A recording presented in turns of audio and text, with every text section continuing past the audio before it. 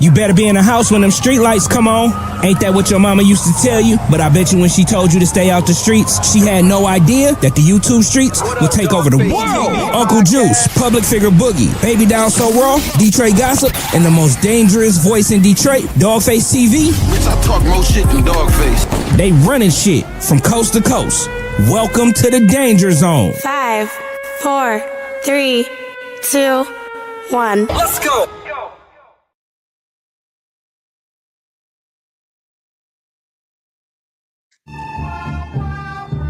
But this shit back in order, man.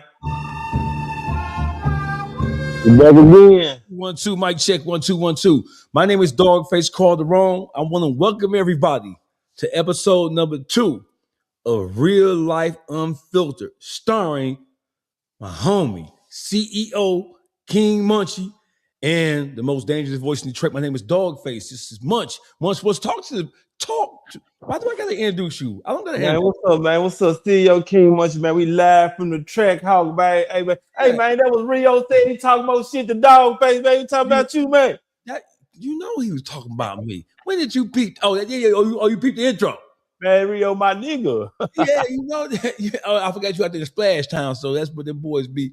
Yeah. You know he talking about me. Don't nobody talk more shit to Dawgface. So let's see the Dawgface. So if you heard the intro of this podcast, we have another intro coming down the pipe in a second. But right now we're working with what we got. You feel me? We Ghetto Boy. That's Ghetto Boy Memphis and Ghetto Boy Detroit. So listen. So in the intro, he said, "Yeah, I talk more shit to Dawgface." That's Rio, the young OG. For those who didn't know, the second song that he released after coming out of prison is called "What You Do Today." And in that song, he drops the bar. I talk more shit to Dawgface. That's not true, but he still said it. Right? He was a lying motherfucker because don't nobody talk more shit than Dawgface. Munchie, what's the word with you? How you been? We on episode number 2. How you feel, brother?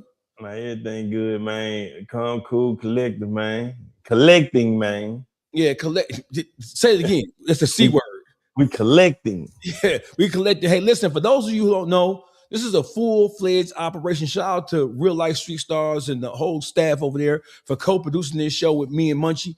For those of you who go to Apple and Spotify for your podcast enjoyment, you can catch Real Life Unfiltered featuring Munchie and myself on Apple Podcast and Spotify Podcast. So you can go enjoy the episodes there, or you can come here, or you can go to Patreon, or you can go wherever. You know what it is. We broadcasting live from Real Life Street Stars 1.5 million subscriber YouTube channel. Don't ask me why they gave us permission to do it. That shows a lack of good judgment on their put two little criminal ass nigga up there that pop our shit. Hey, Munchie, listen, we're gonna get right into it. We ain't gonna hold the people up.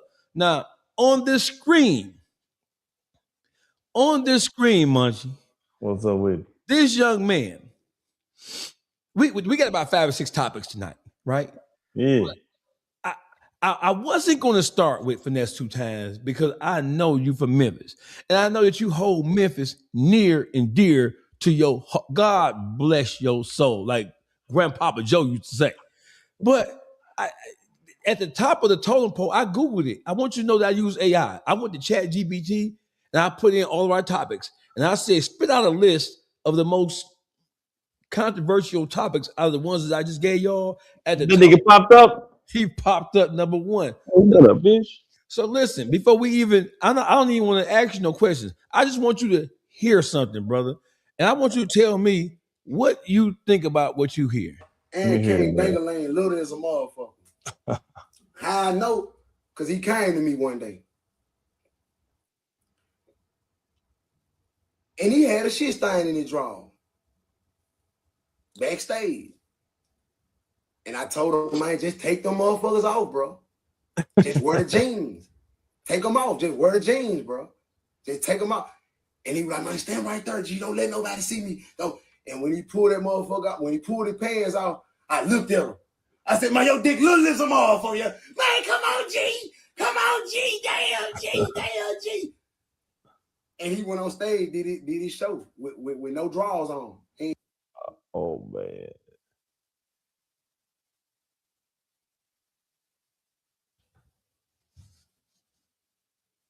Would you wait on? You mother, I don't know what you. Why you sitting there acting like you don't understand why I'm pausing like this? I don't got. Hey, listen. Why is you looking like you don't understand why I ain't saying nothing? Are you? Why don't Hey, be? Stop playing with grown men like that, bro.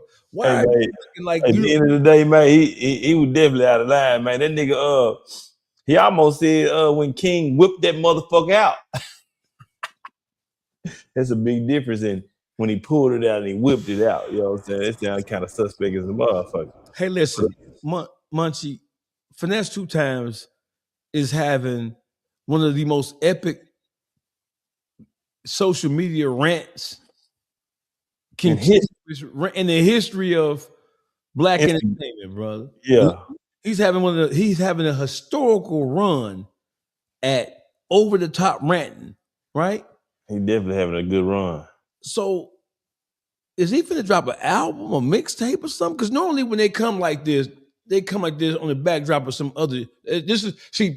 Promo nowadays is the most weirdest shit in the world. The lead up to an album right now, they don't even give a fuck no more. They go to jail, they shoot somebody, they catch a RICO. That's promo to music.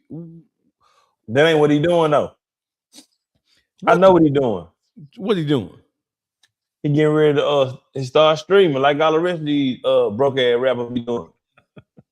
And shit, he gotta get his stream fans up, man. You know what I'm saying? He streaming too. That shit viral. That motherfucker, hey, he got more stream followers in 1 week than any man on history and earth. Are you serious? That's big facts. My big fat man, I went and looked at it yesterday.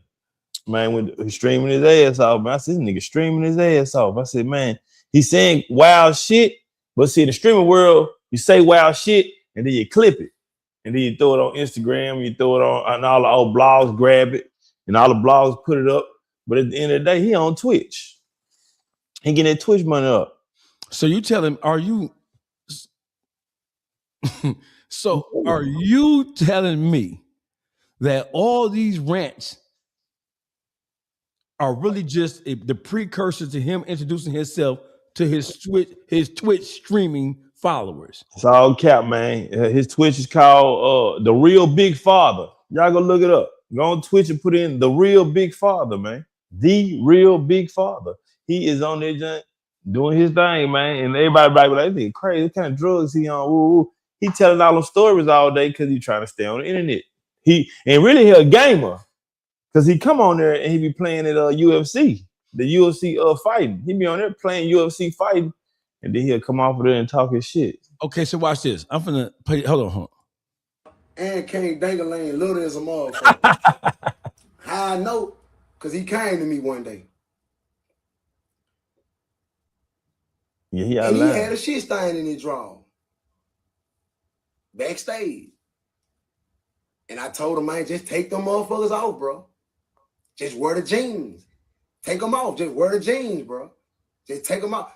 And he was like, man, stand right there, G. Don't let nobody see me. Don't. And when he pulled that motherfucker out, when he pulled his pants off, I looked at him. I said, man, your dick little as a motherfucker. Man. Hey, man. There's almost a real pedophilia. He almost went there, man. I'm telling you. He almost went there. He almost lost his mind right there. Dog, you can't be talking like that on the internet about no kid, man. You know what I'm talking about? You can't be talking like that at all. You can't talk like that. Listen, just imagine if y'all was sitting in the crib, y'all was smoking weed, taking a couple of shots, smoking a cigar, what have you. Just imagine he was to come down with this story and say, hey, Munchie, guess what? See, I need you to put yourself in a position. Hey, Munchie, guess what? What? You never gonna believe this, Munchie. What I ain't gonna believe? Man, King Dangalane, little motherfucker. Hey. What would your response have been? Yeah, he out of line. I say he's part of the community. Because you shouldn't be looking at no man Dangalane. I'm talking about, man, nigga go to the penitentiary shower and don't look down one time. Not one time. I'm telling you. Hey, listen, you just went up top on them with that game. A motherfucker be in the penitentiary in the shower, where it'd be a community shower. Yeah, community shower. And the motherfucker don't even look down at his own swipe. Man, don't even look down at his own thing, man. I'm tell you, man. So for you to take time to break your neck, he broke his neck, and look down, man, that's a problem. Hey, Munchie, he's describing the young man saying, "Hey, look, man, I got doo-doo in my drawers." I mean, he king a little boy, but still, though, he was about 12 years old, I guess, when he said that happened, because it's been a minute. Because I didn't see them guys everywhere. And King don't look like the kind of little guy. He too smart for that. He too fast to have a boo-boo stain in his drawers and to want to tell another man, I got boo-boo in my drawers. He's not a baby, man. The King is a grown man. He's faster than probably 80% of these men in this world at his age. You know what I'm saying? The little nigga got game, know how to shoot dice. I've been around King. Yeah, I've been around King. You saying this story was just meant to humiliate King? It was just meant to humiliate King, man, at the best way he could, because King had just humiliated his ass. Okay, so listen. So I get it now. So it was a jokey joke. It was all cap, man. King ain't never had boo-boo in his drawers. I doubt that 100%. But King been humiliating him, because you know what King said to kick that off, right? No, what do you say? Oh, man. King said, the reason why Finesse 2 Time mad at me and don't want to mess with me no more. He popped his... Because I popped his daughter. Right. So the first thing Finesse want to do is talk about the man ding-a-ling like he got a small ding-a-ling. You know what I'm saying? Really. There ain't no way to get... I guess when you... Listen, here's the problem. The problem is you going back and forth with a child. Yeah. And so therefore, I guess as an adult, you having to search your mind to figure out the best way to insult him or to degrade him in a public act. But the problem is with that is where the fuck is King's parents at, bro? Hey, King ain't got no parents, but I think the man mama on dope. He stay with his grandmama. But you know what though? Think about this. King 12, 13, about 14 now, 13, 14. Everybody on the internet, all the grown folks, everybody on the internet, all the kids, even the kids his age. Now, when he go back to school, because King's still in school, when he go back to school, they gonna embarrass him. They gonna be like, that's why Finesse says you got a little dingling. They gonna joke on it all day long. What is he doing arguing with a 12, 13? Because he's been arguing with his kids for a couple of years, but at least a year and a half, 2 years now. How did he get to the point of where somebody that he embraced and kind of like took care of and put up under his non-watchful eye, because I don't call it a watchful eye. How did they get to where they are right now? Man, I mean, as a King was grown, man. They were treating King like a grown man. You know, that was the problem was. They were treating King like a grown-up and not a kid. And then Finesse tried to turn around and start treating King like a child. It was too late to treat King like a child. You know what I'm saying? Mm-hmm. King grown at this point. King seeing it all, man. King all in the strip clubs, all at this concert, all around there, smoking weed, sipping oil, shooting dice. He doing grown-up things. He's shooting dice. Man, you got to remember, man, people used to get killed for shooting dice. People get beat up for shooting dice. So you take this child and put him in that atmosphere to shoot dice with grown-ups when anything can happen. And he's not just shooting dice. He has some type of finesse to his dice shooting game. So I'm pretty sure he's finesse and cheating people for sure. Now think about that part. Brother. He cheating them for sure. Hey, listen. All I can think of, I mean, let's touch bases. I want to touch on what you said about, like, when he first took control of King's life, King was on public display like a monkey in a zoo. A monkey in the zoo. They never seen a child that young shoot dice and pop grown men. That's what his exhibit was, the dice shooting exhibit. Right. So by the time, and Finesse 2 Times really received a lot of criticism early on when he first got King, and he was moving King around on stage with me in the clubs and smoking weed and shooting dice. He received a lot of criticism for how he let King act grown. So are we saying here that the behavior that King is exhibiting right now in terms of full blown turning against Finesse and kind of like trying to expose? Because in my mind, when they first fell out about a year or so ago, when King came to the internet and he started talking about how Finesse nobody stole his jewelry. He milled the jewelry down. Then he reported back to Rap A Lot. I mean, to my guys that it was somebody had stole it. Then he said that Finesse had ran off on the plug from Oklahoma with the pounds, right? Right. That whole thing, when that happened, and it happened under the eye of Hustle Cartel. I'm not saying Hustle Cartel put him up to doing it, but he was around Hustle. He was under Hustle's. Yeah, he was under Hustle. Well, Hustle was his babysitter. Hustle was his babysitter when he came down with that. You ran out with the plug and had your jewelry milled down and all that other kind of shit, right? Kool-Aid was his babysitter, man. Yeah, absolutely. So when he said that, I know Hustle. You know what I'm saying? When he said that, I just said, I really shook my head, and I said to myself, because the things he said were, if an adult had said that, we would consider that full blown ratting, right? We consider that full blown out of order. Well, for King, it is ratting. And tell me why. So listen now, hold on, Munchie. He's still a child. I think he's like 14 years old. So are we saying that he should know better because of his experience at this point? He should have known better than do that? He know how to do everything else. He's living that lifestyle. You mean to tell me this kid's out here 14 know how to drive cars. They took time to learn how to do it. This kids out here know how to do stock market. This kids out here know how to run YouTube and how to make money and go to the bank and withdraw money. You know what I'm saying? So you can't dumb him down to, he just 12, 13, 14, whatever he is, and he don't know right from wrong and how to rat and not rat. He's a little baby rat. That's a little mice right there. Man, Think a little mice.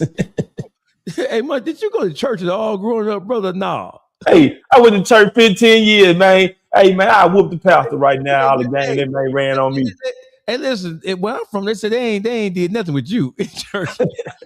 I went to church 15 years, man. You know why I stopped going to church right quick, man? This is why I stopped going to church, man, because I went to the penitentiary and the church didn't send me nothing, man. They ain't send you a penny. Nothing? Man, they ain't send me nothing, man. My mama put all that money in the collection, paid 15 years, man.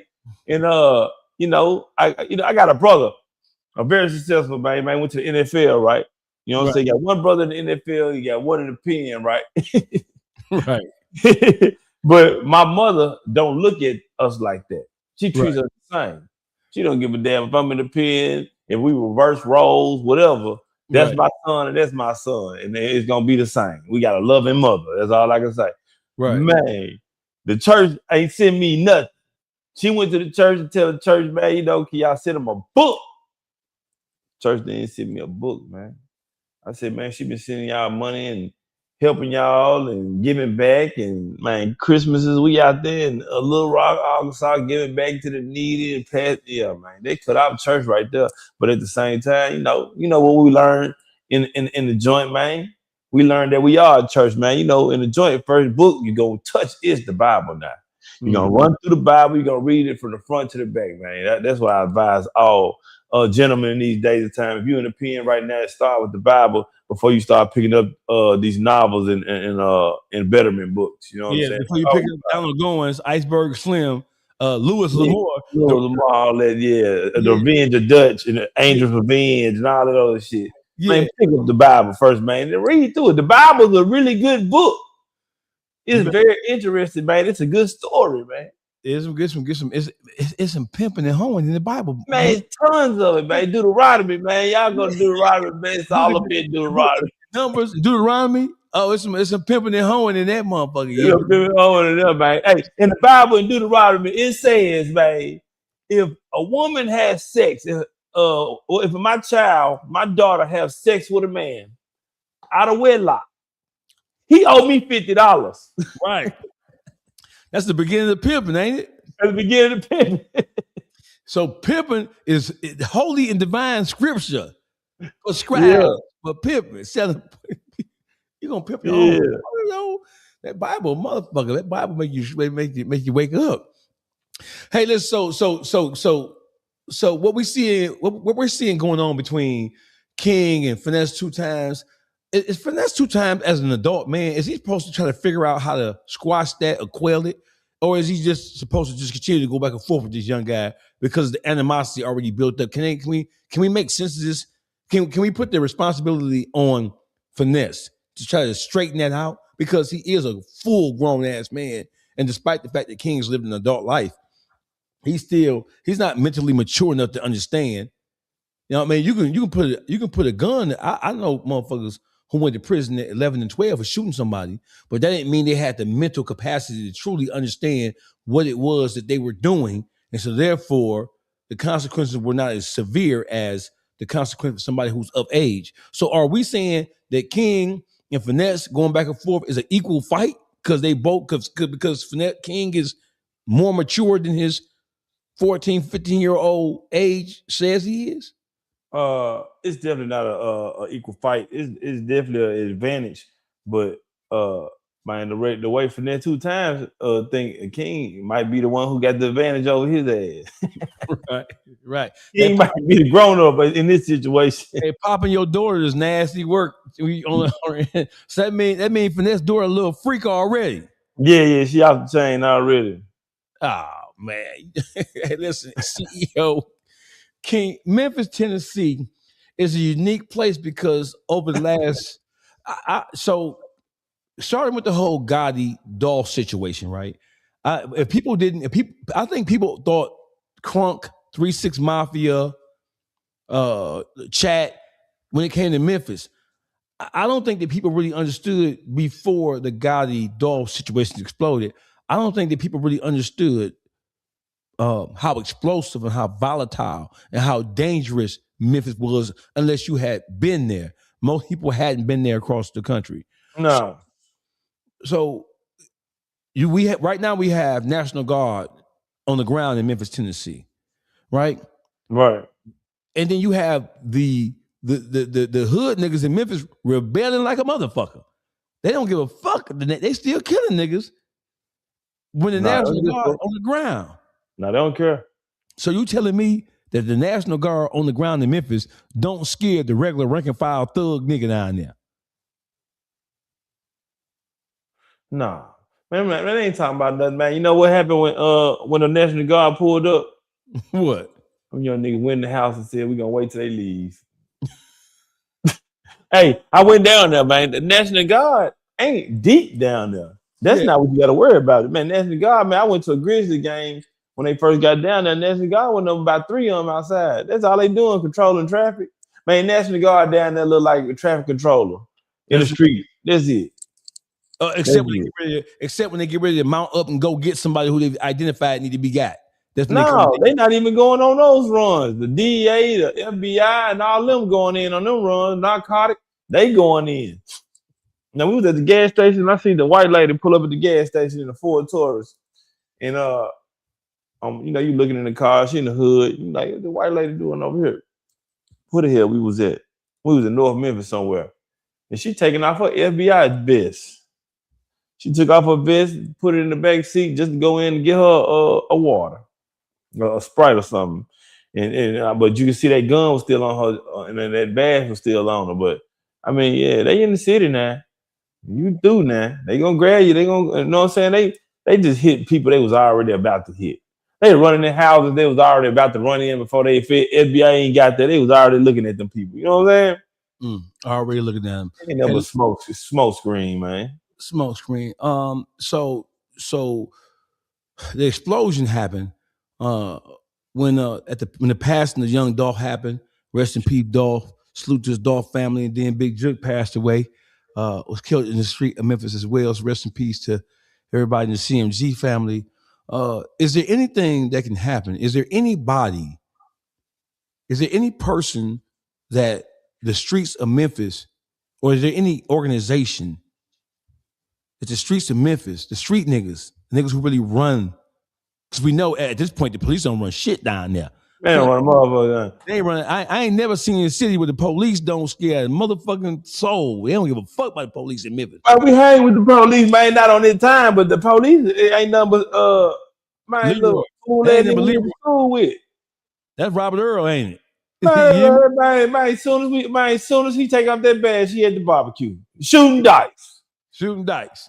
Man, look here, man. And Memphis is not that big. Memphis is a small city with about 800,000 people. We ain't got 1 million people there, right? All right. It's only so many collective schools. You know what I'm saying? All the schools are famous. You know what I'm saying? In Memphis, the high schools are famous. Nigga, I went to Melrose. Nigga, I went to BTW. Not what? Nigga, I went to Whitehaven High School. I went to Hamilton. I went to, you know what I'm saying? I went to Cordova. I went to Germantown. It's a battle between what school you went to. They tell you how you live. You know what I'm saying? I went to Fairleigh. The football games, oh, man, phenomenal, man. So everybody all together already as it is. When you playing against another team, your cousin over there. When you going to another school, your cousin, auntie, uncle over there. You know what I'm saying? Your family. In Memphis, man, you know, you be like, man, cats who be in the band be nerds, right? Other places, you be like, oh, that nigga in the band, that nigga a band geek. In Memphis, they got a pistol. Yeah, them the gangsters. The niggas in the band playing the drums, them the gangsters. Them playing the trumpet, trombone, them the gangsters, man. They soon as the game over with, they leaving with the cheerleader just like the football player is. Yeah. It's different down there, man. We lit down there, man. It's a fashion show, man. We going to school, man. We wearing Gucci, man. We wearing polo all through school, Nautica, man. We going in the mall stealing everything we can up out of there so we can go to school tomorrow. You know what I'm saying? It's a fashion show, man. That's why they're like, man, I'm Memphis niggas so fly. Man, we born like that. We've been fly since day one. Is there anybody that the street niggas on both sides of the equation down there? Is there anybody that that can step in and provide some sense of understanding amongst those who obviously are at odds with each other? Is there anybody that they're gonna respect? Is there any organization, any crew? Is there a Crip, Blood, GD, Vice Lord? Is there a Muslim? Is there a pastor? Is there anybody in Memphis who has the respect of the whole city, who the city will listen to in terms of trying to stop all that shit going on down there? Man, and it's gonna sound crazy. No, not one person. The pastors are hustlers. They stealing money. We already know what's up with them. We hard on them. But they'll curse the pastor out down there. They run a train on the pastor daughter down there, man. Them folks ain't doing nothing, man. Them folks, man, Memphis is different, man. The Muslims, man, Memphis need too flat, man. They ain't really trying to put on no suits, sell no bean pies and newspapers, man. Memphis niggas different, man. Like, we really look up to the hustlers. We really look up to the gangsters, the dope boys, man. Man, okay, here's a perfect example. And we're gonna use one of my idols. Project Pat. All right. You know Pat, don't you? Yes, I do. Okay. You got Project Pat. He created the swag of Memphis. He created the murderers, the robbers. You know what I'm saying? He created the man, this is how we're gonna get some money. We're gonna go sell some rocks. He created that. More than half of Memphis grew up under his lyrics. They say rap don't hurt, rap don't kill. Project Pat damaged the city of Memphis. Okay, but wow. But he definitely did. Wow. His first album was called Murderers and Robbers. He could have win gold in the city. That's all we want to listen to. Murderer, robber, psychopath, schizophrenic, them lyrics. We did that for years. Now what Pat doing? You said somebody who could talk to the youth and turn them around. The reason why I said it can't happen, because now Pat's a preacher. He's Pastor Pat now. Really? Yeah, he been doing it for a long time. You know, the Jordan boys, that's Juicy J brother. They some Jordans. Their father was a pastor. You know what I'm saying? So Juicy J from 3 6 Mafia. Right. That's his brother. Their father was pastor. Now I say no because Project Pat is a pastor now. He goes to prison and talk to inmates, and he tried to talk to kids. And they had 901 day probably about a few months ago, and he prayed. I think they said almost 10,000 people showed up. He prayed for all 10,000. But deep down inside, Project Pat, nigga, I was bumping you on my first robbery. On my way. So it's hard for them to kind of like switch. He can't switch. We listen to his music, we listen to the demonic stuff he did, right? We ain't listening to what he talking about as a pastor. He can't tell me nothing. So he can't transfer the energy that he put into the initial rap music to something of a redemptive quality now. There's no way he can transition. They ain't trying to hear it. Man, they ain't trying to hear this shit. Hey, as soon as he got done praying, guess what happened? Young niggas had a shootout right there on Bill Street, right there where he was praying at. As soon as he left, about an hour later, them young niggas pulled them pistols out, they got to fighting and went to shooting. Everybody trying to hear that, man. And I hate, man, I love Pat, but I hate, you know what I'm saying? I mean, that's part of our culture. I'm not mad at it. I still listen to Murder and Robber. Are you saying that Project Pat is like the Tupac of Memphis? Man, Project Pat bigger than Tupac in Memphis. Man, if you got a chance to listen to Project Pat or Tupac, they say, man, listen to All Eyes on Me or listen to Getty Green or Mr. Don't Play. Man, we gonna reach for the Pat.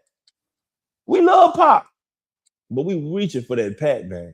Pat is, I hate to say this, but Pat was idolized. You know what I'm saying? Don't idolize, don't pray to idolization, don't pray to statues. Man, shit. Pat was him.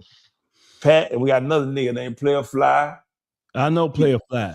I know Little Fly. Fly, Little Fly nigga in real life. You hear me? In real life. That's my hood right there. Now we talking South Memphis. Pat was from North Memphis, but we talking South Memphis, we talking Player Fly. He got the whole city to sniff cocaine. You know what I'm saying? He had the whole city. This is what we doing. We blow. We getting high. Woo. You know what I'm saying? I don't sniff drugs, but as a young youth, at 17, 18 years old, nigga, I was blowing on the plate. You know what I'm saying? And it just wasn't my drug of choice. You know what I'm saying? I moved on from that, you know what I'm saying? And that was as a kid. You know what I'm saying? That was just who I was hanging with. But it's bigger than who you hanging with. The whole city was doing it. That's how it go, man. Memphis is small, man. It takes nothing for a rapper to blow up. So, it takes nothing for the word to get across town. You know, man, he said we're gonna snort powder. Niggas was snorting powder. Project Pat said we're gonna rob some niggas, we're gonna murder some niggas. We robbing niggas, we murdering some niggas. That's what's going on in the music, man. And that's what we need to talk about, that music. What it's doing to the youth, because that's the only way it's gonna stop. I didn't know if you want to touch that, because that's really touchy, sensitive subject. But before we get into it, get Mount Rushmore, Memphis, hip hop artists. Mount Rushmore? Mount Rushmore. Oh, I got this. How many people on Mount Rushmore? 4 or 5? Five. Okay. We're gonna start. Project Pat, Mount Rushmore. Player Fly, Mount Rushmore. Man, and then what they see. It's hard because you say Mount Rushmore. A group can't go on there. We make the rules here. Okay, we make the rule. Well, we're gonna put a group on there. We're gonna start off with Pat, Player Fly, then we're gonna throw the whole 3-6 Mafia up there. We can do that. We make the rules. The whole crew, we're just gonna put them in right there. And the whole crew. Okay. And then we're gonna go Yo Gotti, and then we're gonna go Dolph. That's a safe. No women though. No women. What 3-6? When I said 3-6 Mafia, that's all the women in the city. That's Gangsta Boot and the chat. In the chat, yeah. So I said 3-6 Mafia, throw 3-6 Mafia up there. We gotta put them up there. It ain't no way. Because if you said Mount Rushmore, we can only use 5 names. I would have had to say 3-6 Mafia, the whole group. Hey, listen. So let's talk about just this overall influence of hip hop across the board, not just in Memphis, but across the country, right? So are we saying? Are we now acknowledging that hip hop, as it's represented now, is having the most negative impact on Black communities coast to coast? Are we saying that hip hop tore up our whole legacy, our whole our whole background, our whole mentality. Hip hop did it all, man. And you can say, are we saying hip hop or are we saying gangster music? You know, they try to say it's a difference on the East Coast. They're like, yo, man, this hip hop. And we call it all music. Hey, listen, New York can't say a motherfucking thing about nothing. All them old pedophile ass niggas up there, tree jumpers. When you been penitentiary, we call them tree jumpers and bushwhackers. All that jumping, bushwhacking, and baby oil up there, they can't. We ain't even listen to nothing they got to say up there. They get that Bambada ass nigga up there who still around here touching no motherfucker right now. So my thing is, so you know how he was saying, hey, listen, so a hip hop fan, a hip hop advocate would say, hey, listen, hip hop is still just an expression of the condition in the streets, the condition on the ground. So when you have artists or when you have rappers who are rapping about all the death and destruction and drugs and everything that they experience, that's just them telling their story. It's on you to interpret or take from that what you will. But they say they won't, you can't put the place to blame on the continuation of all of the negative things that transpire in the hood on hip hop because they're just telling the story. You can't do that. You gotta blame them because your brain lives off repetition. Would you say repeatedly? Repetition, yes. Repetition. Your brain lives on repetition. So if this song constantly coming on over and over and over again and it's constantly delivering a bad story, it's in your brain now. It's part of you. You might go do what you heard. That's what happened with Project Pat. That nigga said something so many times, nigga went and did what he said. He's giving they say it's his story. Yeah, it's his story, but your story becomes my story. That's where you bring history. History wasn't one man's story. It was everybody's story, right? Yes, absolutely. Okay, then. Well, where did the story start? Every book got a beginning, every book got an ending, man. Where did the story start? And whoever started the story, that's who you gotta blame. They need their ass kicked. That's who you gotta blame. They need to ask you. So how did hip hop get to be this way? Are we saying that the commercial? So because people, there are many different theories of how it got that way. So one theory is that they let the inmates run the jail, right? And another story is that the industry heads, the figureheads, the Lucian Granges, the Leo Cohens, the Kevin Lyles, and all of the power players, the UMGs, the Universals, the Sonys, the conglomerate, the Electric, the Atlantic Records, those CEOs purposefully elevated the rappers who was talking the most gangster, the most destructive shit possible. They elevated them above the traditional backpack positive rappers.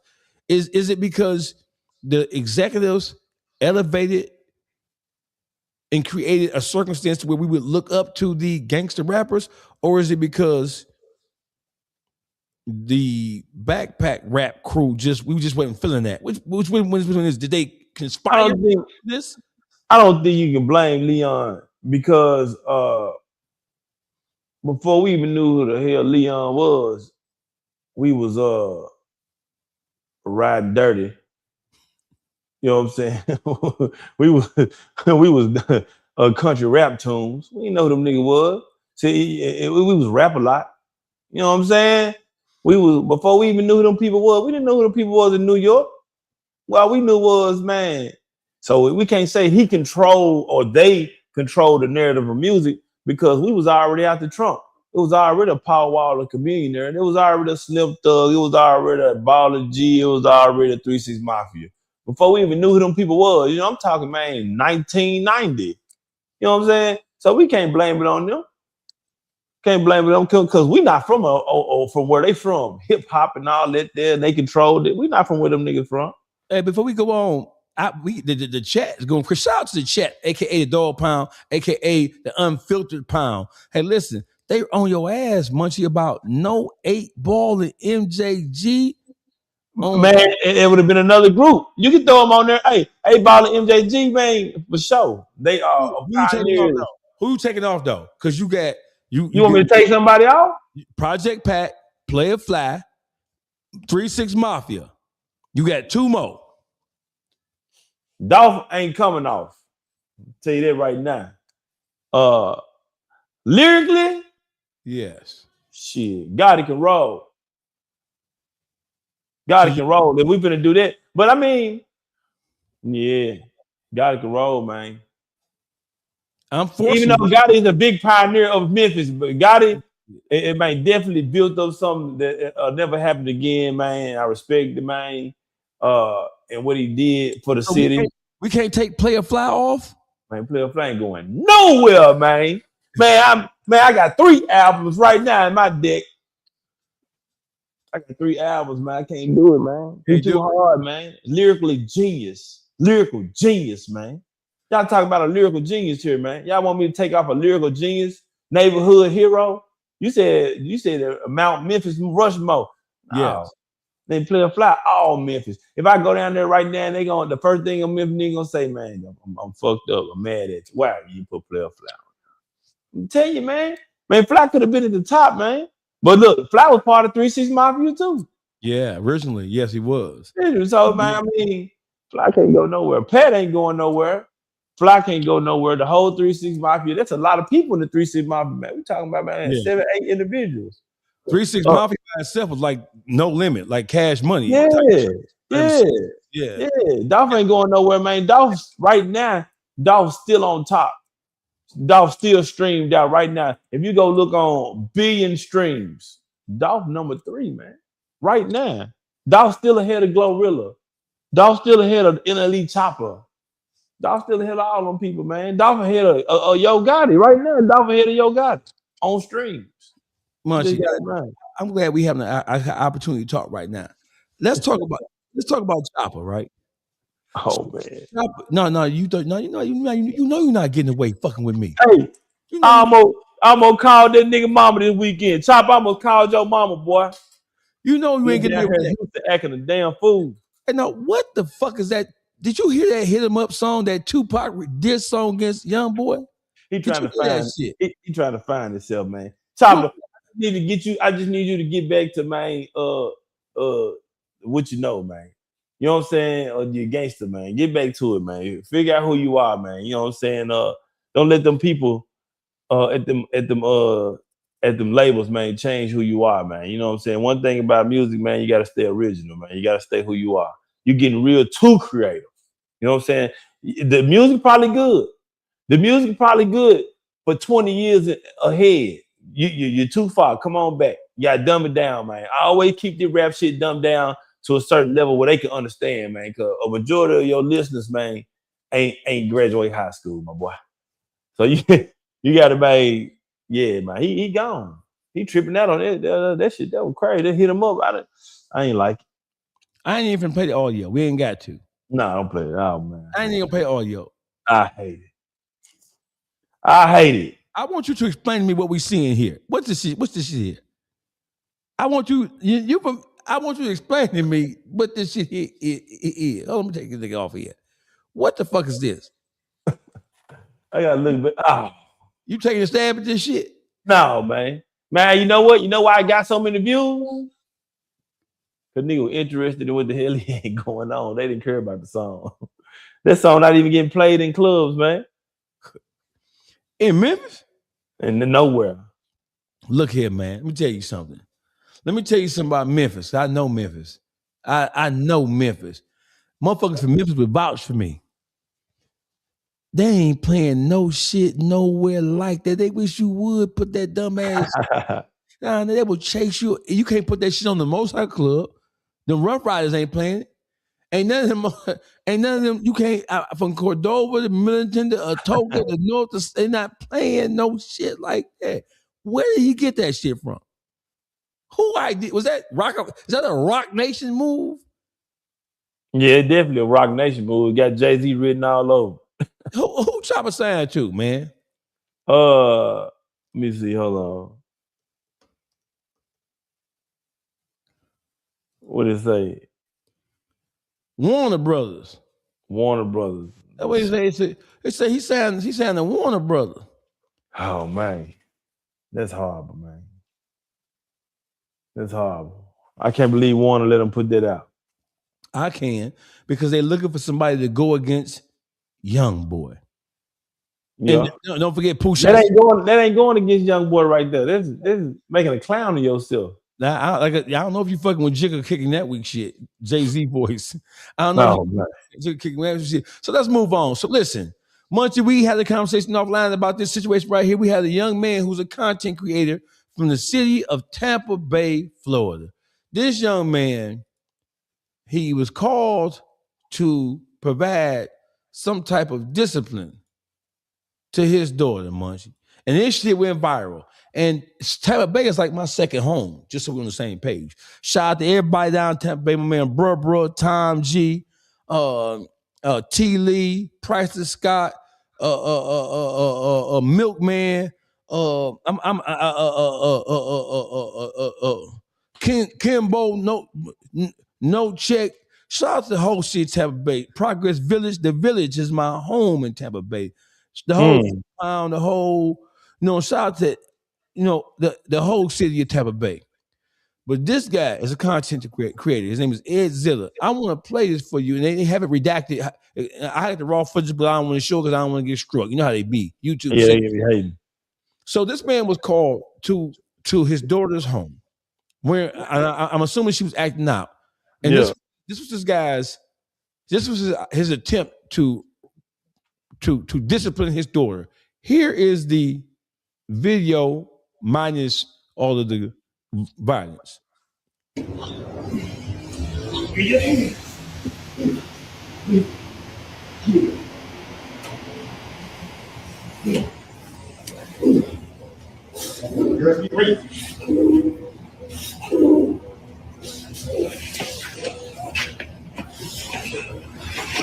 Yeah, you gotta get here. Where you go? Get your ass up. Where you go? You wanna be grown? Look at your homegirl shit you did. Wanna be grown? Yeah. Record this shit. Wanna be grown? Get your ass up.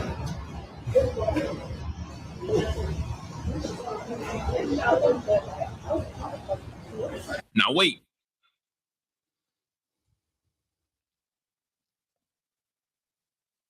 Beating on her? Yes. He beat her unconscious. He drug her by the hair. She was a limp body. Put her to sleep. He did that he did it to his wife too. Oh, and he did it to somebody. Yeah, he did it to everybody. So here it is right here. L Zilla, right? And he in jail right now for that. They called the police on him and all that jazz. They locked him up for that. He locked him up for it. So how far is too far when it comes to disciplining your child, even if your child has done something that you think is a violation or something that's harmful to herself or him or herself? How far is too far? First off, it's an age restriction on whooping ass. Mm-hmm. You can't be whooping up. How old that girl look to you? 13, 15? 13 and 15. I would say 14, 15 is what she looked to me. For a woman, you stop really hand disciplining them with like belts or whatever, something from the old school. You stop that, man, 9, 8 years old, man. For a boy, they need some rearing. Yeah. But for a daughter, you really shouldn't put your hands on her at all because you don't want to normalize that in her life for her man, for her to think it's okay for her to get beat when she do wrong. You know what I'm saying? It's very sad. He shouldn't even touch that child at all as a female. And if you feel like you got to touch her, you should be go get the mama. Let them do what they want to do. But as a man, you shouldn't whoop your daughter, man. That's sad, man. It's got me thinking, man. That's horrible for you, a person to do that to his daughter. So he don't mind her getting beat by her dude neither, man. Ass whoopings are more for boys, man. Straight up. So, how you feel about it? How I feel about it is, my mom from Alabama. You hear me? My mom was a king ass kicker, right? You hear me? Yeah. I'll tell you something, man. My mama was 4'11". Oh, man. And she had 4 boys. I'm the youngest of her 4 boys. She gonna kick your motherfucking ass if she don't do nothing else. She gonna kick your ass for anything you do. If the bathroom ain't cleaned up right, she kicking your ass. If she tell you to clean the kitchen up and she looking at her cabinets and the canned goods, the labels of the canned goods, the corn ain't facing forward, she kicking your ass. Mama, she gonna send you out to the backyard to get a switch. You know those switches? Yeah. I don't know if you old like me. They had the switches, the green, they peel them off and there's white underneath that bitch. Yeah. The orange, she gonna whoop your ass. And then another thing, so you know how it's this is my mama. My mama, this is how you know that you finna get your ass whooped. Now listen to this, see if you can hear this.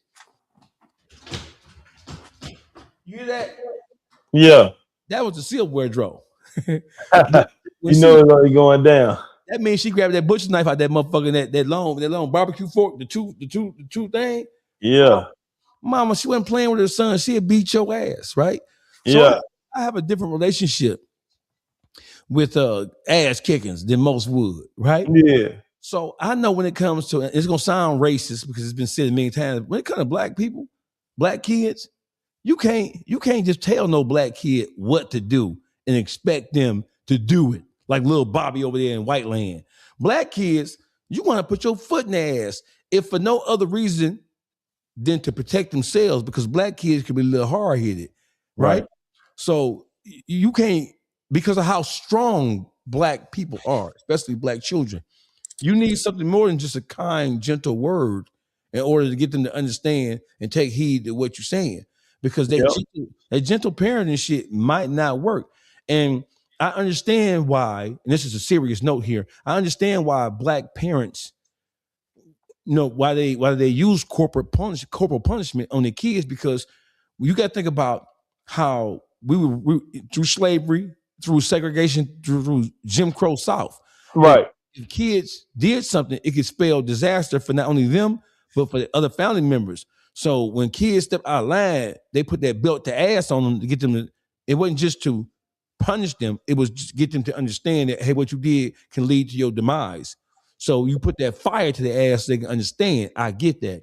Right. When it comes to in 2025, bro, I'm gonna be honest with you, brother. In 2025, I grew up, my kids got their ass whooped. I'm telling you that right now. I'm gonna talk to your ass about 1 or 2 good times. I'm my mama when it comes to that. You hear me? I'm gonna talk to your ass, and I've taken what happened with my mama. I've taken that and I've added my own sauce to it. You hear me? So now I'm the kind of person where you gotta push me. When you do something wrong, I'm gonna kick it with you. I'm gonna talk to you because I understand. Because my kids I never told them no ever, not one time, none of them. Right. And I know they were raised right because they got good mama. Right. So when you do something, I'm a question to ask him, motherfucker. I want to know why it was you did that shit. You know what I'm saying? Prior to me putting my foot in your ass, you hear me? Because I want to know what was on your mind. Because I want to that, so we don't got to go down this road again. But that shit he did, he needed his ass whooped. That's foul. I said all that to say this. He needed his ass whooped. I don't know what the fuck she did. But you need your motherfucking ass whooped. Period. Simple as that. Because you went too far. And don't forget, whatever lesson you trying to teach her, that lesson gonna fall on deaf ears after you put your hands on her like that.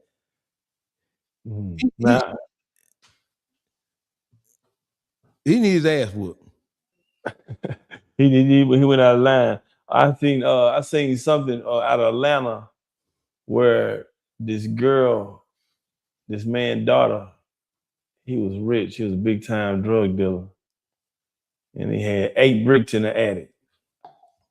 And his daughter let some of the neighborhood boys come over. And she had sex with one of them while the other little young niggas was running through the house, searching, shaking it down. You know what I'm saying? Little kid stuff, you know. We used to do, man. We go over there to the girl house while our parents are gone, and we shaking the house down while little brother back there getting That's how we know we brothers. We gonna rummage. We gonna hit that. We gonna rummage and see what we can find. We looking for a pistol now. Yeah, we gonna go over there to the guns, whatever, man. When we leave there, y'all breaking up. Yeah. And the neighbors gonna tell, hey, you know that little Munchie over there, that Munchie and Dawgface was over there. You hear me? Yeah, you gonna tell. Well, I seen that, man. That the little boys found 8 bricks, and they run off with the 8 bricks on the main. And he find out, and he beat the brakes off his daughter. He beat her to a pool. He beat her head and he whooped her for days. And then allegedly he goes out and killed a little boy.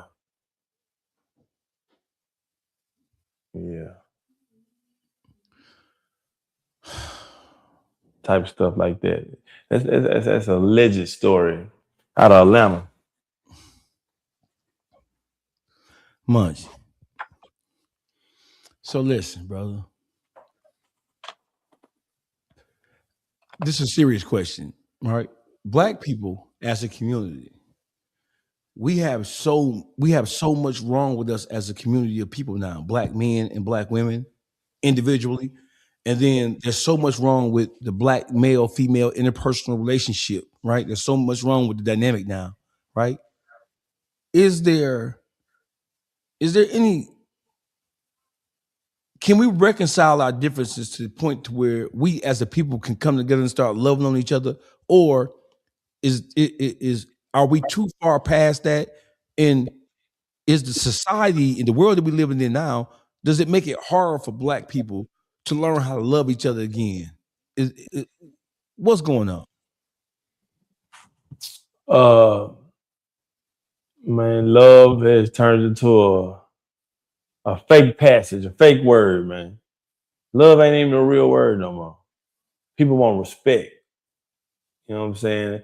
To get love is at this point, love is what Martin Luther King preached. Malcolm X preached respect. You know what I'm saying? So I think everybody chose their side, man. They chose the Malcolm X side. They chose respect, man. And that's where people getting hurt, killed, all the anger come from, because lack of respect. Oh, he ain't respect me, so I shot him. He ain't respect me, so we jumped him. He ain't respect me, so we robbed him. You know what I'm saying? A lot of people are incarcerated because they felt like somebody disrespected them. And the respect is the problem, because love gone, man. Man, these little cats ain't even loving the girls no more. Oh, it ain't even on R&B music no more. Here it is. Here goes the R&B song. Bitch, fuck you, ho. Yeah. Bitch, fuck you and fuck your mama. I'll fuck you and your best friend. That's R&B. That's the new R&B. So the new R&B gone, so they don't know how to love. Bro, listen, they don't know how to love because they ain't seen their mama and daddy love on each other. First of all, they ain't seen their mama and daddy together, period. Right? That's number one. And the relationships that they do see, they are so toxic and so volatile and so explosive and so ass backwards that these young kids have never seen any sense of what we call a normal relationship between a man and a woman. So they grow up absent of any real, because you fuck what somebody say. Kids learn more by watching what you do versus what you say. These kids, these young boys now don't even know that they're supposed to open up a door for a female, pull a chair out for a female. They don't know that the female supposed to walk on the inside of the street and walk down the street. They don't know none of that. Right? They don't know none of that shit. So when we point the finger at all the YNs and we talk about them, the one thing that we can't fail to acknowledge is that the YNs are like they are because they were failed, they were neglected, they were not properly taught, trained, or guided by people older than them. Thanks. So what we see now is a direct result of kids of kids that have been given up on. That's what we're seeing right now. That's what it is right now.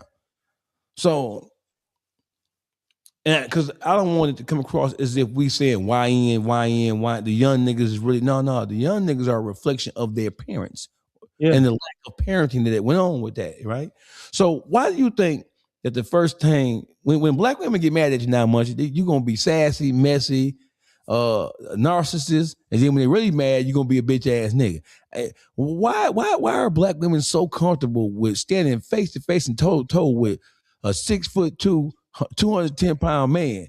I done seen women who 5'4", 130 stand toe to toe with a 6'2", 218 ass nigga and call him a bitch right to his face and argue a nigga down right in public.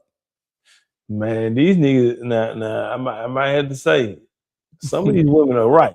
These niggas are sensified for real. They'll argue back. You know what I'm saying? That's a sensitive trait to have to argue back with a woman. You sitting there arguing. Every time she say something, you say something. Now y'all arguing on who's gonna get the last word. You say something, and you be like, "This the last word," and I'm done with the conversation. And she say one little thing, and then you gotta say something back. Then she say something, you gotta say something back. That's all female tendencies, man. And the majority of these guys, man, they grew up with their mama. All they know is arguing. Whatever their mama was doing on the cell phone, talking to their homegirls, that's what these young boys doing too. It's ugly. Sissified. Sissified and 65. It's ugly for them, man. I don't know what else to say. They man, you can't stop an argument arguing with a woman. All right. We men, we're not supposed to argue with a woman. Okay, so listen. So breaking news, Munchie. This last week, there's a reality TV show. It was a dating show, a black reality TV show. And you had living in a house. I think you had 8 men, 8 women, right? I saw it. That's sad. So Munchie. So it's a reality TV show, a dating show, a matchmaking show. That's Ray J show. Was that Ray J show? Ray J show. Ray J and Tia Kemp. That was their show? Where they snuck the on Zeus Network. That was their show? They snuck the transgender in there? Huh? Let me see if I can find this shit, man. I think that was their show. Is that their show? Or was that on Now That's TV? What was it? Now That's TV? Either Now That's TV or Ray J on Zeus. Yeah. Now That's TV, that's what it was. That's what it was. Oh, Now That's TV? I believe that was that Now That's TV thing, right? Yeah, they snuck a trans in that thing, man. She sitting on everybody's lap. Right. Now here you go right here. Here you go right here. So here you go right here. So here you go right here. So in this clip, it talked about, in this clip, the men in the cast have been told that that one of the females is in fact not a female, that she was a tranny. Now, a couple of these guys then went into the closet with this boy. Hey, these real punks, man. They had went into the. Hold on, let me go to the Now That's TV news. Where we at? Yeah, Now That's TV. Play that part where they picked up the bottle like they was in a bottle fight. With what's her name? What's that trans name? They were a bottle fight. This is a good one right here. Hold on. Here you go right here, Mike. Can we see this? Hold on. Here you go right here. Here you go right here. Here you go. I ain't got we straight, right? But whatever. But I was talking to somebody. They were telling me like you a trans or something. All right, listen. You was sitting on my lap. So what I'm telling nobody ain't tell us shit. You feel me? So at the end of the day, I feel like that if you're on that type of time, I ain't got So much, and I don't, because they real sensitive over there, they copyright striking and all that shit over there, right? Yeah, you gotta play a little bit and cut it out, Mike. Yeah, so much. So I'm gonna ask you a question. So the debate now is whether or not the producers the owners of the network, Now That's TV, and the producers of the show, should they have revealed to the male cast members that one of the females was in fact a transgender? Or was that not their responsibility to expose that? They want their viewings up. They want their ratings up. They want to that's Now That's TV. That's not Zeus Network. You know what I'm saying? That's Burger King, not McDonald's. You know what I'm saying? So they need to do everything possible to get some views. And that was a good pitch to sit a trans on a few nigga laps. Just get people watching. Because we trying to see if one of these niggas gonna bust her head. We trying to see one of these niggas who done kissed on her already. She really got a female part. She's a full trans. She has the coochie. Yeah, she got everything done, all body parts. So, you know what I'm saying? And she was mad at the girl for exposing her, telling everybody she was a trans. But I think some of them niggas liked it. But that's to teach you niggas, man, stop going thinking with your ding-a-ling, man. Man, talk to the broad, man. Learn who she is, man. You know what I'm saying? See what she going in life, man. See if y'all can put something together to get some money, man. So you start thinking with your ding-a-ling, man, you a trans dream, man. You know what I'm saying? Okay. You thinking with your ding-a-ling and the trans just go down on you. Here's the best clip in the world right here, Munchie. Here's the best clip in the world. Here you go. Here you go. Hold on. Let me go. Cookie. And then when you come back to me, I got some news for you.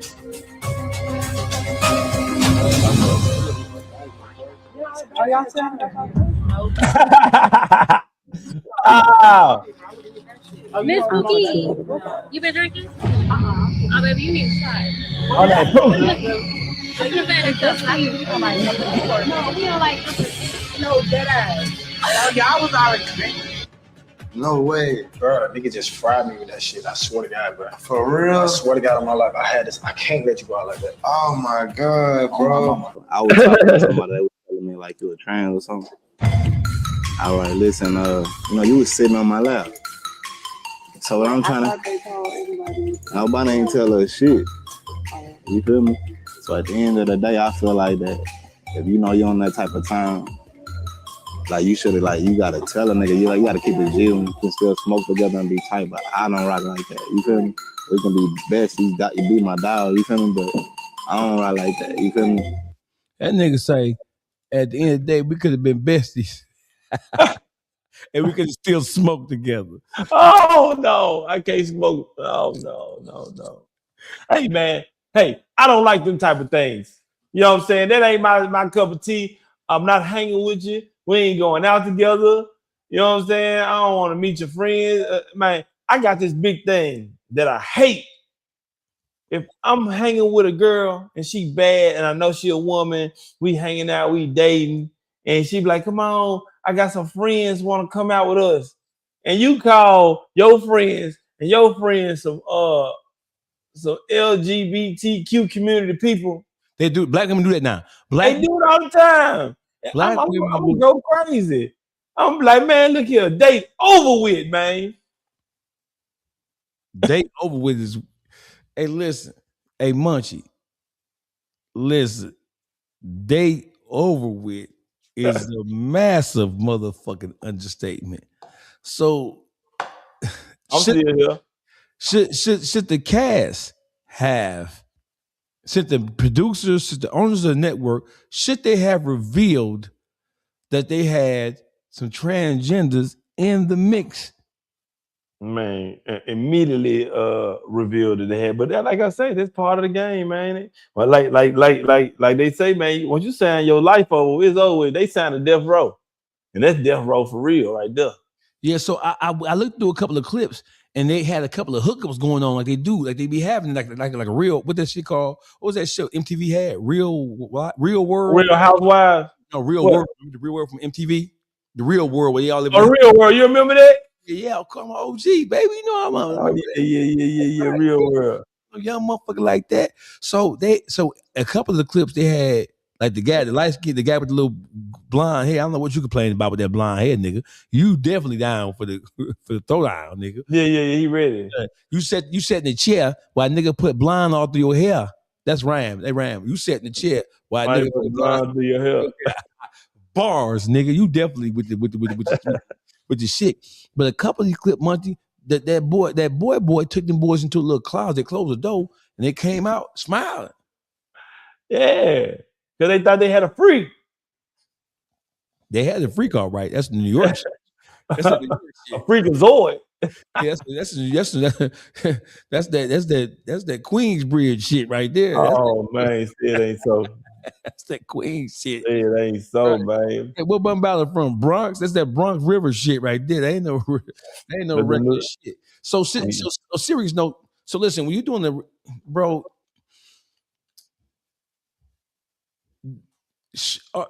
so is it cool to not tell in a situation like you have men and women in a reality show, it's a date and a hookup show? Is it cool?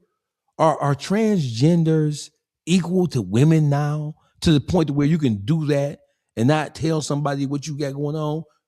Hey man, All you gotta do is get Eddie Winslow on the phone, man. He gonna let you know, man.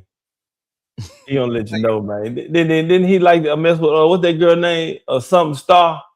Yeah, the Winslow, he in jail somewhere. He didn't leave. He down bad right now. He locked up right now? Yeah, he locked up. He did some crazy shit. Sydney Star. You remember he was in love with Sydney Star though. Sydney Star was like one of the first models that got their wang cut off, man. Is that the motherfucker who said Chinky messed with him? Is that the same? Yeah, the one who set up Chinky and then came back and said she was lying. Yeah, she did Chinky bad, man. Messed up that boy whole career. My whole career. So trans. So transmission. Yeah. So is it the responsibility of a reality show producers and the owners of that network? Should they have told those guys, hey, you maybe if you did, maybe if not, man, I'm setting them niggas up too, man. We gotta get these views in, dog.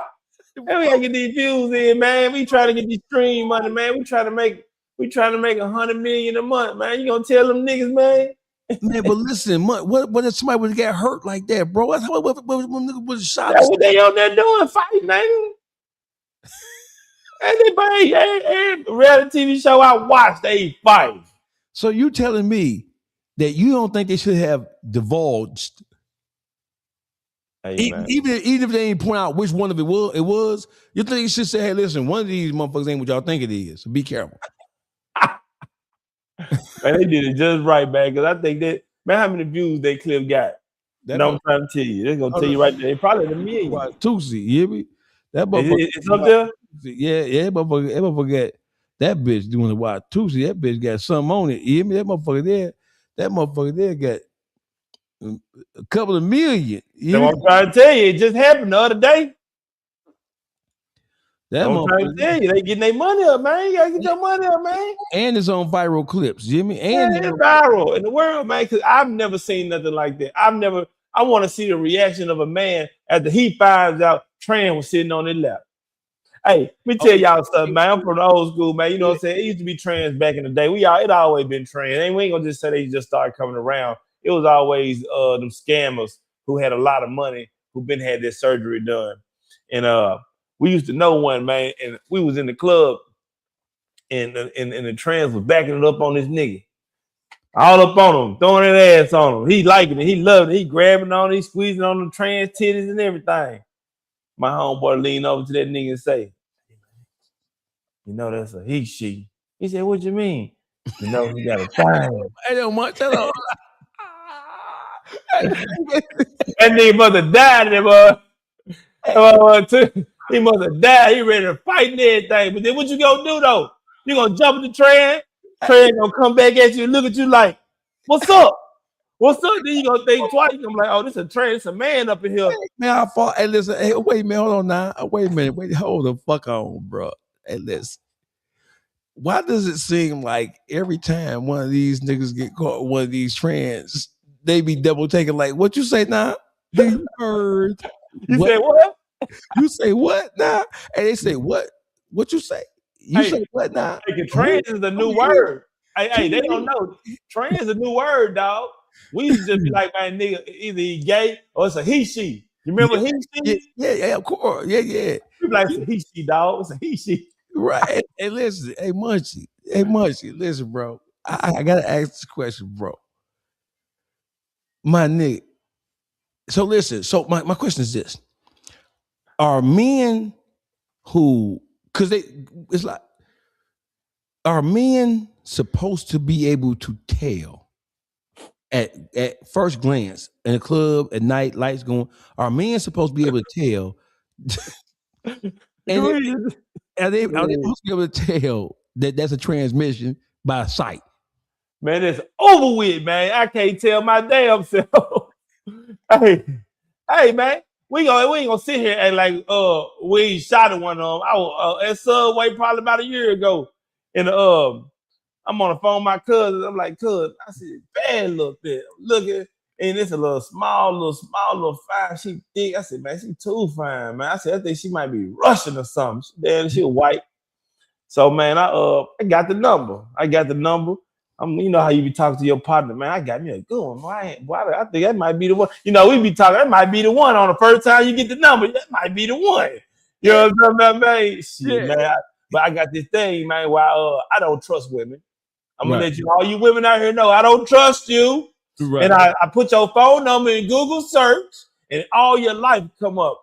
And when I put your phone in Google search, and all your life come up, and man, that thing popped up on trans.com, all these transgender sites. I said, cuz, I ain't say nothing. I sent it to him. I said, man, you'll mess with her. After I found out the trans, I'm ready to erase the number, but I was like, cuz, because you want to know is his site fucked up too. Yeah. He said, yeah, he said, man, she bad in the mother. I started sending all the pictures and shit. I said, guess what? He like, what? I said, that's a he, she, that's a trans. He said, man, what? He said, man, hell no, you can't tell no more. The surgery, man, is immaculate. The surgery is immaculate. They got that. And then all you real women don't make it no better. Y'all going to get the same body parts that the trans got. BBL is a trans surgery. You know what I'm saying? No, for real, no. Breast is a trans surgery, but y'all going to get these trans lips. Y'all get these lip injections. That's a trans surgery, man. Because so, man, y'all must don't forget the first trans. Y'all must don't forget the first trans. So RuPaul, man. Y'all all out here looking like RuPaul. Listen, let me tell you something much. So listen, the top black makeup artists in the country from coast to coast, they're homosexual men. And what's the name of the makeup company? No, the makeup artists, the people who do the artists. Okay. The MU do the moves, the makeup artists, right? So, so when the gay men do regular black women makeup, the trans men, they put makeup on them that you would put on a man trying to look like a woman. So they go with the high cheekbones, and they go with the eyebrows, and the top makeup artists who are gay, they put makeup on a woman like they would put a makeup on a man to make a man appear as if he's a woman. So you got regular women looking like RuPaul by the face with the makeup on. You hear me? So, and then like you just said, you got these transgender, these motherfuckers going to get the same surgeries that the women got, right? Yep. My thing is, so it's a serious question. At what point is a man? Because I got into a discussion about this the other day, and they say, well, you probably be able to tell all by looking. And I said, man, first of all, the women, real women are looking so rough nowadays. True. They got tattoos on their neck, tattoo on their face. You know what I'm saying? They smoking weed, smell like Lil Brian. Bitch, you smell like Lil Brian, bitch. Yep. Bitch, so I think it's a safe, listen, assume every bitch is a trans at this point. At this point, every female is a trans, man. Every female assume. And if you get something, you better keep what you got. Yeah, you better stay at home, nigga. Like they stay at home and listen, because once you listen, and then if you fuck up and get you one of these trannies you at the club and you make them mad, all they gonna do is put you on exposure. Nigga did this, nigga did that. They gonna put you on social media. Your ass gonna be through because they gonna be forever suspect. They say you'll be through. You gonna forever be. You gonna be through, not through, nigga, through. With D, done, cook. You gonna be through. DTH. You gonna be through. It's just crazy, man. So listen, New Year's resolution month. Let's take it out with this. If you had one New Year's resolution for black people as a whole, what would it be, Munchie? If you can resolute one thing that black people will improve on and change, what would that one thing be?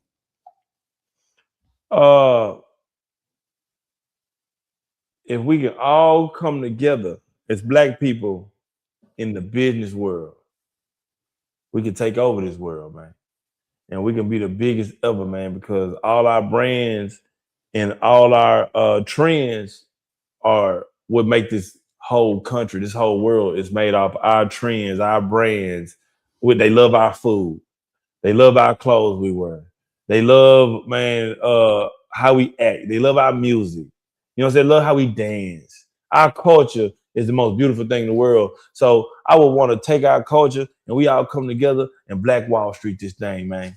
And let's get together and let's all make some money, man, and take over, man. We really could take over, man. But if we can't take over the business world, we can't take over no world. Because business world is the easiest world. Politics and all that, that's next level, man. Start with the business, man. Let's get the business going first. Is it my turn? It's your turn, brother. Okay, so Your listen. turn, Pastor. Listen, Munch. My resolution, I'm aiming this shit at black women. Okay. Put that motherfucking weed down, bitch. You smell like Robert Earl, bitch. You smell like Lil Brian, bitch. You smell like Willie Earl, bitch. You smell like Tim, bitch. Right? Right. Listen, bitch, jump more into your femininity, bitch. Put the weed down, bitch. Bitches don't even wear perfume no more. No more. These bitches, they cushions these bitches cologne. Bitch, your breath, listen. These bitches smoke so much weed, they mouth be dry. Bitch, drink some water, bitch. Put the weed down, bitch. You smell like a man. Ain't nothing worse than fucking with a bitch and the bitch smell like weed, bitch. It's the worst thing in the world, man. Dried up liver mouth, cat mouth ass, bitch. Bitch, put that weed down, bitch. What's wrong with you bitches, bro?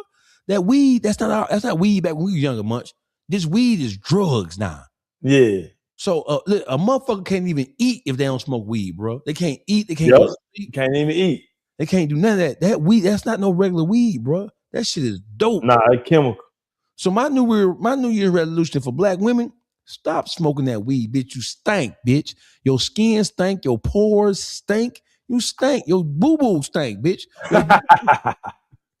Your boo boo smell like Larry 18 Kush number 9, bitch. Oh man. CEO King Munchie, Dawgface, Real Life, Unfiltered, episode number 2. The conclusion is now. Salute. Yeah.